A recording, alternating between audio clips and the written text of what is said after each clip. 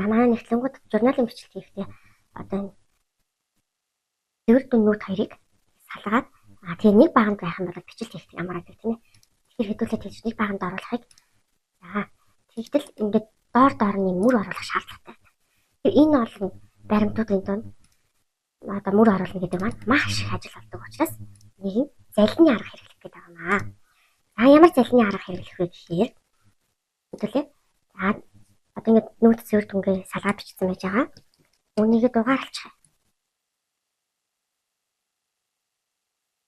За тэгэнгүүт эхнээс нь бүгднийг нэвтгчүүлээд дуулаад тавилаа. За хуулж тавьснасаа цэвэр дүн дээрээ гарах учраас эхлээд нүүддэх хэсгийг тусдагчна. За дараа нь болохоор цэвэр дүнтэй хэсгийг багныг ингээд артлахтаа за ингэнгүүт нөгөө нүүд цэвэр дүн хоёр чинь ингээд гараад ирнэ.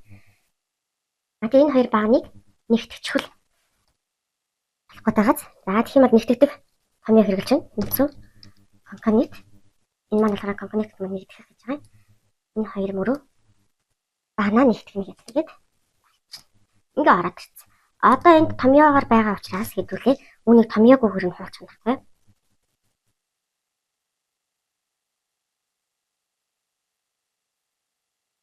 Копи гэж яагаад хуулаад копи паст гингүүтээ зөвхөн томьёогүйгээр буцаад хуулах гэдэг явж.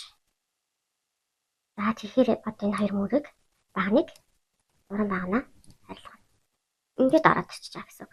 Тухайн байгууллага нь ингээд байж гэн. Тэгээд цэвэр дүнэн дээрээ нүртэн дараа салаад ороод ирлээ гэсэн байна. Тэгэхээр бид нар заримдаа бол ажлыг заавал одоо нэг тийм дүрм журм гэхгүй тий. Заримдаа нэг юм аргалах боломжтой зүйлүүдийг бол аргалаад хийх бол хэрэгтэй байх нэ. За ийм хөрх Excel-ийг залддаг арга.